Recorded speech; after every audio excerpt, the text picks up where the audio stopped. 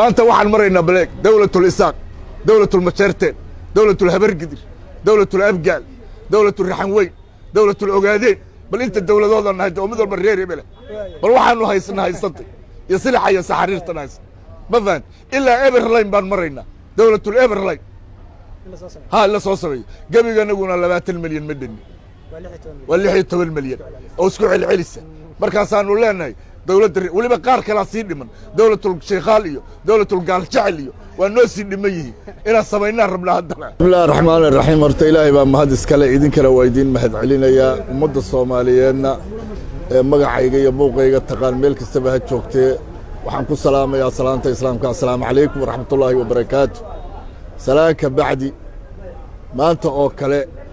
markii dawladdii burburtay soomaaliya oo jabhaduhu dalka oo dhan la wareegeen anigu waxaan joogay meesha la yidhaahdo dila magaalada dila la yidhaahdo oo u dhaxaysa gabiley iyo boorame ciidamadii joogay halkaasaan ka mid ahaa iigama duwanayn in la yidhi qiyaamihii baa dhacay qiyaamihii ilaahay sheegay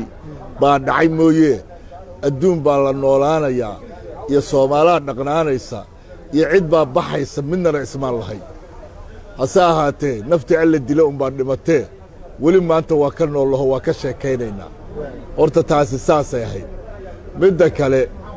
waxaa kaaga filan inaanaan gaarin hadafkii aan u jeednay iyo dantii lalahaa midna maannaan gaarin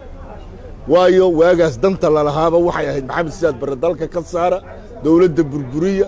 laakiin wax kale oo nooga hooseeyey oo innaba ha la ekaatee dawlad dhista wax noqda horumar gaara heshiiya midna qorshaha nooguma jirin 3 jamhadood oo meeshaas waagaas arrinta ugu xoog roonaa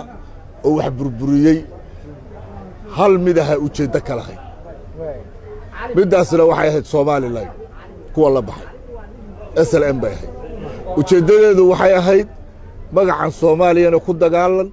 markii hadhow dalku burburana intaada gooso laakiin qorshaha kumay darin talow muctiraaf ba ku helaysaa yah kuma darsan inta kale miyaa wax ujeeddo lahaa iyo wax ka jeeddo lahaa maxamed siyaad barre eri dalka burbur